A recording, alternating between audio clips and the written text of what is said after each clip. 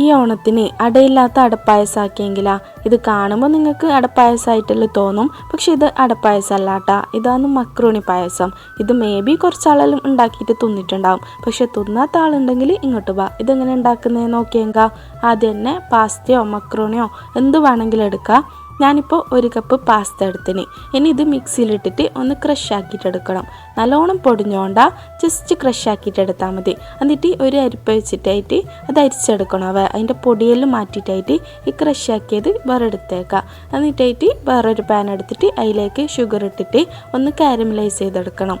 Over കളറൊന്നും change ആകണ്ട, just ഒന്ന് golden കളറായാൽ മതി.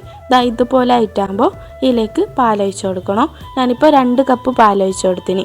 എന്നിട്ടായിട്ട് പാല് ജസ്റ്റ് ഒന്ന് ചൂടായിട്ട് വരുമ്പോൾ ഈ കട്ടയിലും അലിഞ്ഞിട്ട് വരും. ഈ പാലൊന്ന് ചൂടാകുമ്പോൾ അതിലേക്ക് അലിഞ്ഞിട്ട് വരും. ഈ പാല് ജസ്റ്റ് ഒന്ന് ചൂടാകുന്ന ടൈമിൽ ഇതിലേക്ക് ക്രഷാക്കിയ പാസ്ത ഇട്ട് കൊടുക്കണം. എന്നിട്ടായിട്ട് നല്ല പോലെ ഒന്ന് തിളപ്പിച്ചിട്ടെടുക്കണം.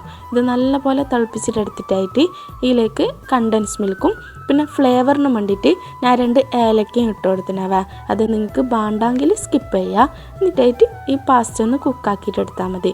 ഇത് കുറേ ടൈമൊന്നും വേണ്ട കുക്കാവാൻ, വേഗം തന്നെ കുക്കായിട്ട് കിട്ടും. ഈ പാസ്ത കുക്കായിട്ട് വരുമ്പോൾ തന്നെ ഈ പായസം നല്ല കുറുകിയിട്ട് വരുമേ. ഇതുപോലെ നല്ല കുറുകിയിട്ട് വരും.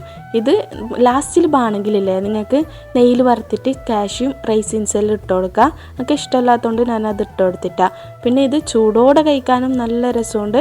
പിന്നെ ഇത് തണുപ്പിച്ചിട്ട് കഴിക്കുമ്പോൾ അതിനെക്കാട്ടും പാങ്ങുണ്ടാവുക. ഞാൻ ഏറ്റവും കൂടുതൽ ഇത് ഫ്രിഡ്ജിൽ വെച്ചിട്ട് തണുപ്പിച്ചിട്ടാണ് കഴിക്കൽ. എനിക്കിഷ്ടം അങ്ങനെ കഴിക്കാനാണ്.